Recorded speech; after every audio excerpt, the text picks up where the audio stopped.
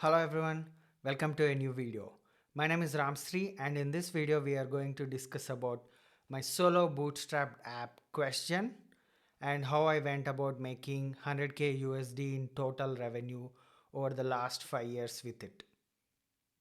So back in 2020, when I was new to the startup world, I got to know about this concept of idea stage startup accelerators.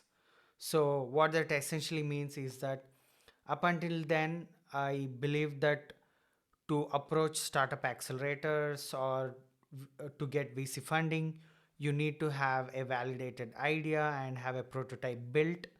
But for the first time, I got to know about startup accelerators like Entrepreneur First, Antler, where they just pick people who potentially have an idea. They don't need to have a prototype, they don't need to have a team or anything like that.